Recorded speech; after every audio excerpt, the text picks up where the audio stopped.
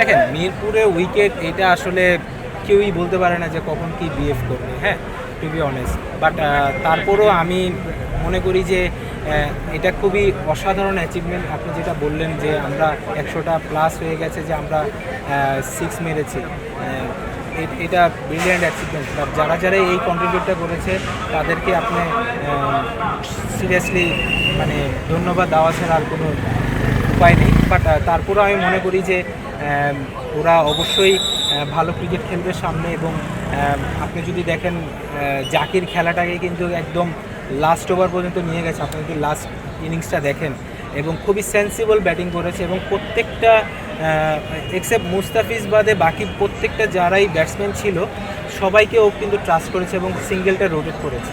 But আমি মনে করি যে এই জিনিসগুলি যে আপনি যত বেশি কন্ট্রিবিউট করতে পারবেন, যত বেশি চিন্তা করে খেলাটাকে বানাতে পারবেন, সেটা হচ্ছে আমার মনে করি যে বাংলাদেশের জন্য ইন ফিউচারে অনেক ভালো রেজাল্ট আসবে।